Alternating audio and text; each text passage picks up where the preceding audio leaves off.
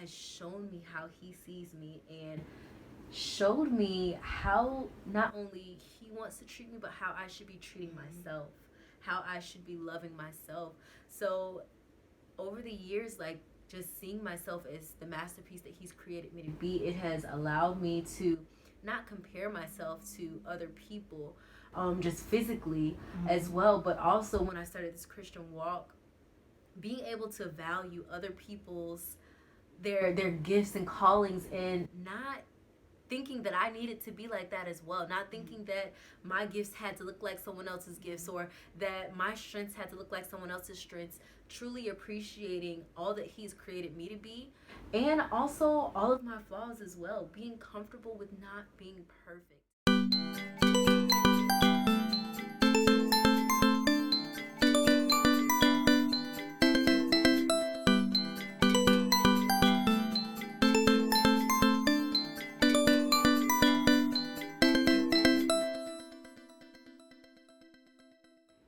Hi, my name is Brisha. And my name is Shequita, and welcome to Searching for Freedom. Hey guys, thank you so much for tuning in on another Friday with us. We really appreciate you guys watching and hanging with us. So, if you are friends, if you are following us on Instagram, we did create a poll asking, hey, Searching for Freedom, we want to hear from you. So we did get a few questions in. And so today we are going to answer a few questions that one of our followers, one of our subscribers asked us. Yes. Oh, the first question is how you've grown to love yourself as the masterpiece God created you to be. Oh my goodness. The word masterpiece just sticks out to me because I remember walking my purity journey, walking in this purity walk, abstaining from sex, and I slept, right? I was proud of myself. I'm like almost 2 years in, and I slept. And I remember telling one of my accountability partners what happened, and they were upset. They were, not at me, but they were like, who is he? And just all of that, and and I remember one of the ladies asking me, like, do you know your worth? Do you know what God say about you, right? Because you've been walking in this thing strong, and it's like this was, she said a lot of things. I'm just put it like that. And she was upset, at the fact that happened because she, rooting for me, blah blah blah, this and that. So I remember going home after church, and I asked God, who do you say I am? Like, who am I? And just as clear, I heard him say, go to Ephesians 2:10. Ephesians 2:10. And he talked about being me being his masterpiece. So that word, every time I hear masterpiece, and that happened in like 2017. So every time I hear that word, it's like it always takes me back to that moment. So what's the question? How you've grown to love yourself as the masterpiece God created you. So how have I learned to love myself as the masterpiece that God has created me to be? Loving myself, learning to love my skin, learning to love my beauty, learning to love who I am and embracing it, right? Loving my personality, learning things that, I like or don't like, and getting back to who Shequita is, who God calls me as, and not just in my mind, not just from the words of my lips, but in my heart. That's good. How I've grown to be the masterpiece God has created me to be, definitely with being bold in who he says that I am.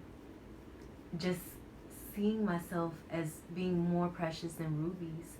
And I say that because in one of the past videos that we talked about, like we talked about just how I felt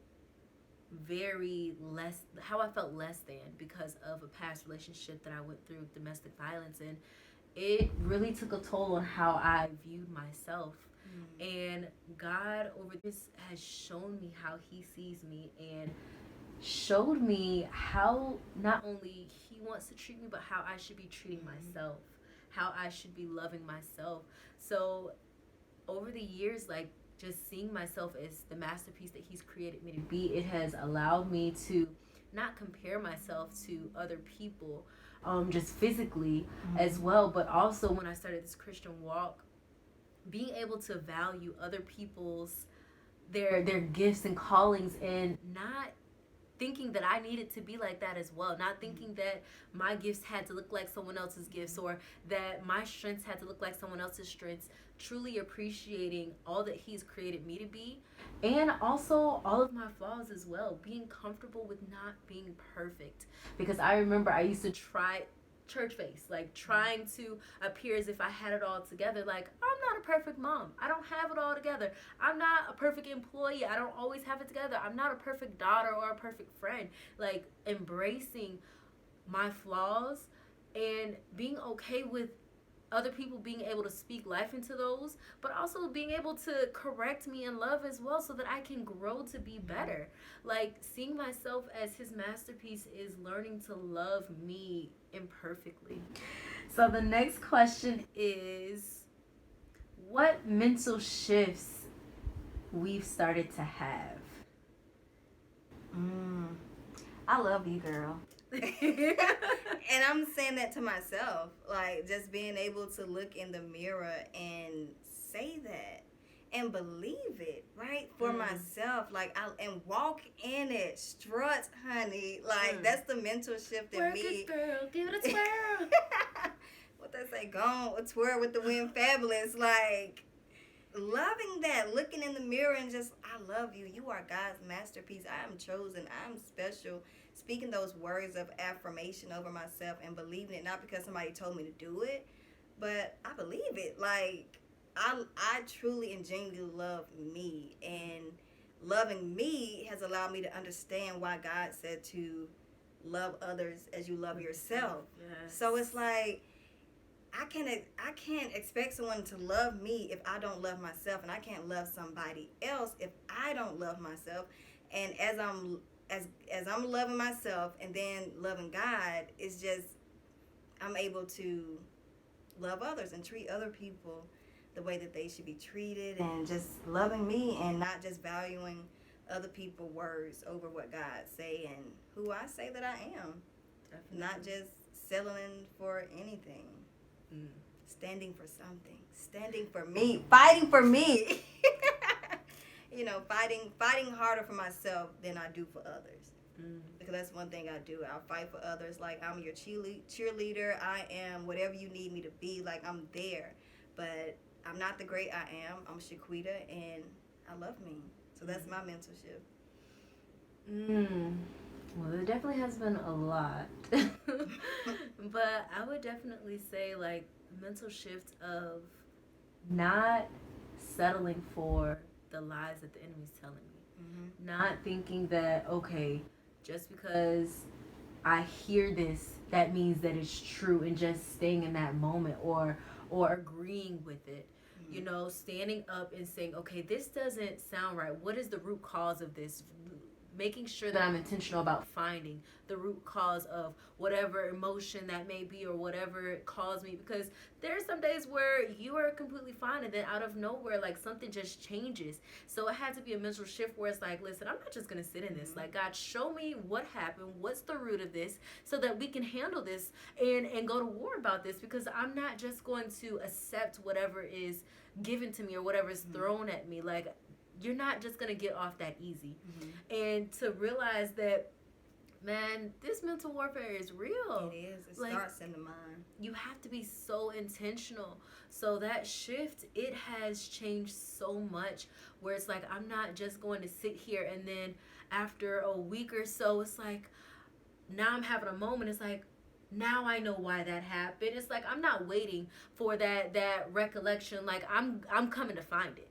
Like, God, we about to go in here and we're about to figure out what's going on. We about to write until we figure this out. Like, we're gonna take this head on, because I'm not just about to sit here and allow whatever is happening outside things to dictate how I feel, or even how I may interact with other people or my children. So that mental shift is something that has been really, really big for me. Next question. Bible verses. She wants to know Bible verses that has helped us to believe those mental shifts as well. One, I give you beauty for your ashes. Mm. That's one for me. Another one is, I don't know, Jeremiah 29:11. That is just my scripture. For I know the plans that I have for you. That is mine. And then Isaiah, like, it's a lot of, those who trust in the Lord, He will renew their strength. They will mount up on wings of an eagle. They will, I was getting confused. They will walk and not grow weary. They will run and not faint. And I may have twisted it, but that scripture there. And then another one, and it's Isaiah, tell, I don't remember, but it was like, tell her crying days are over.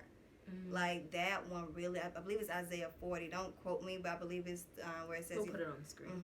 I know one that always stands out for me, and this was when I was going through what really, like, solidified me and God's relationship during that season.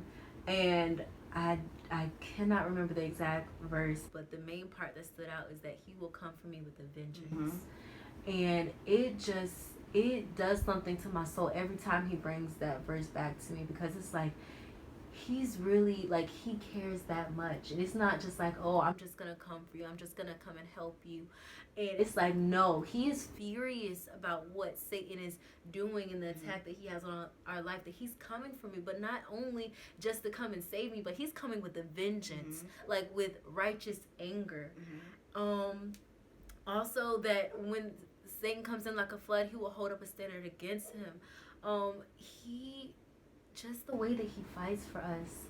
First Kings 3:12.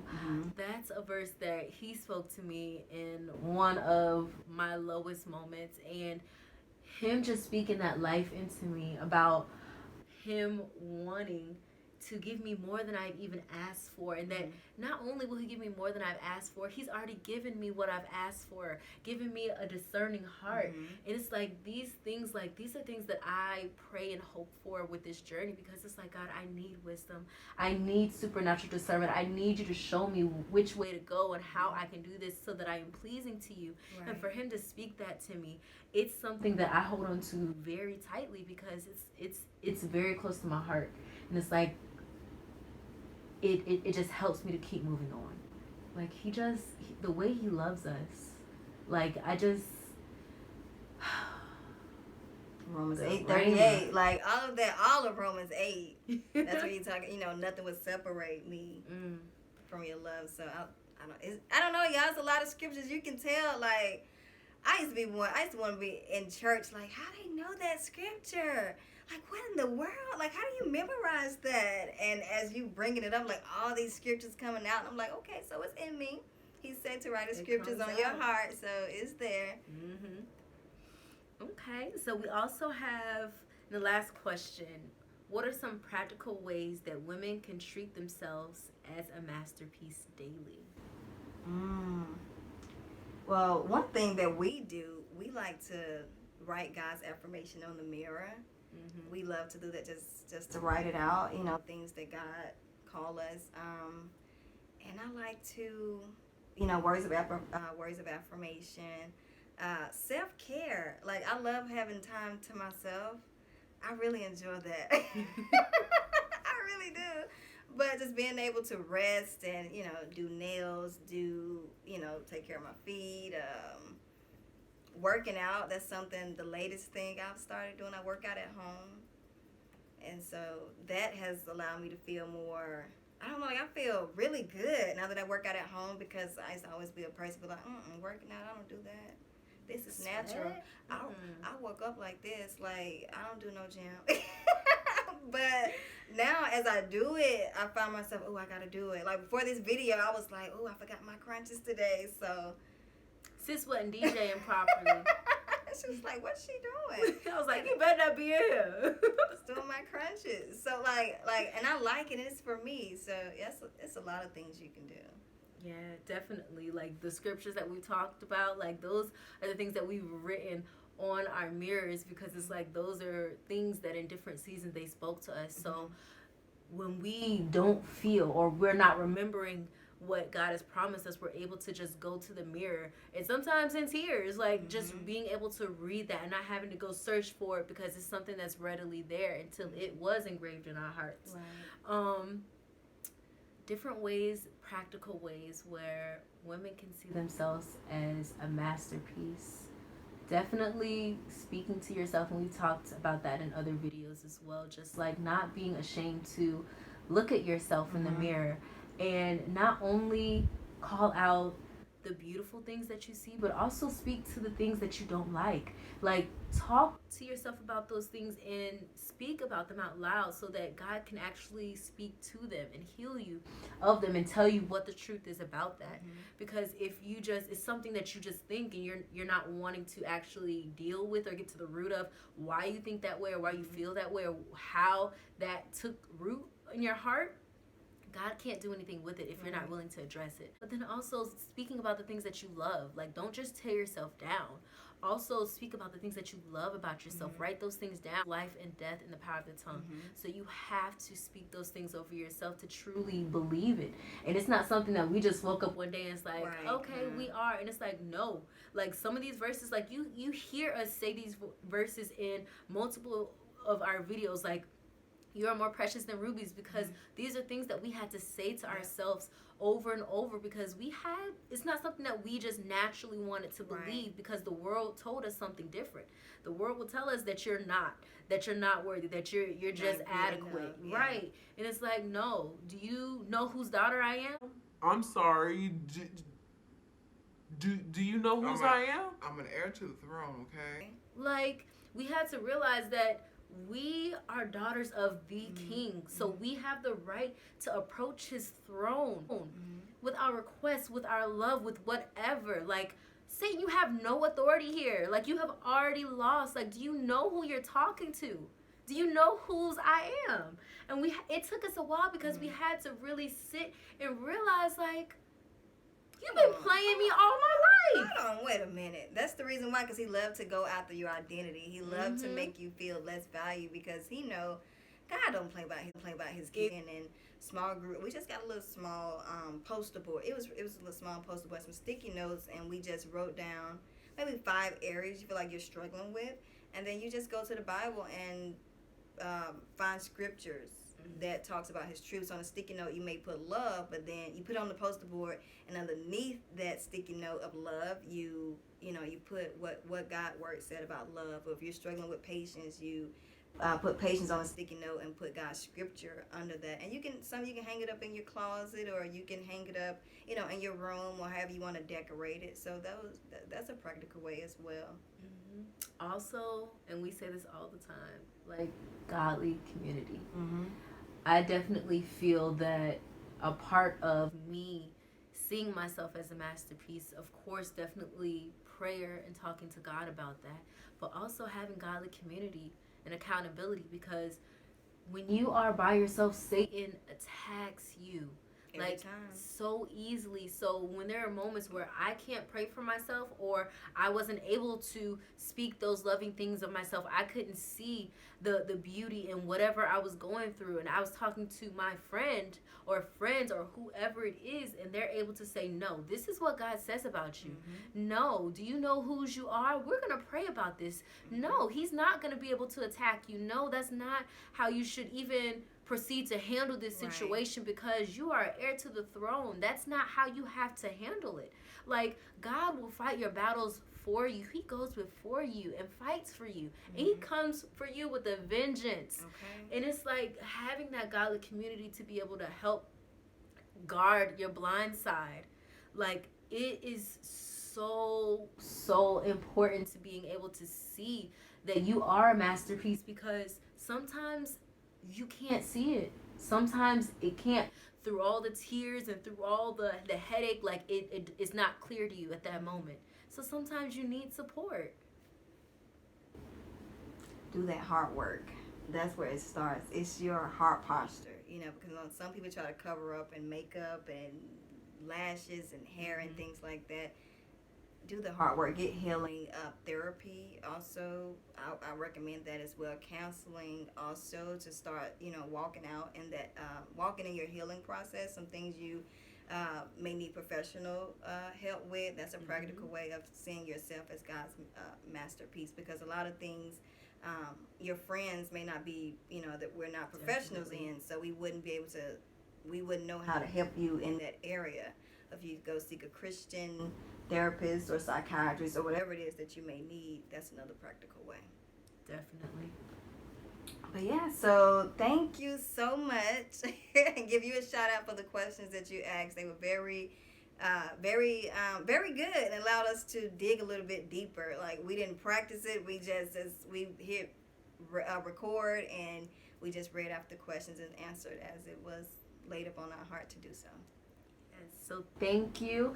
You guys, our Instagram handles are in the description box. So if you have any topics that you ever want to hear us talk about, or that you are concerned about, please just put it there, either in the email, or you can click on our Instagram and put it there. We won't mention your name if you don't want us to, but we'd love to hear from you. Now, if you want a shout out, put that in there, because, hey, I don't mind giving you guys a shout out, because we really appreciate you. Thank you for helping us.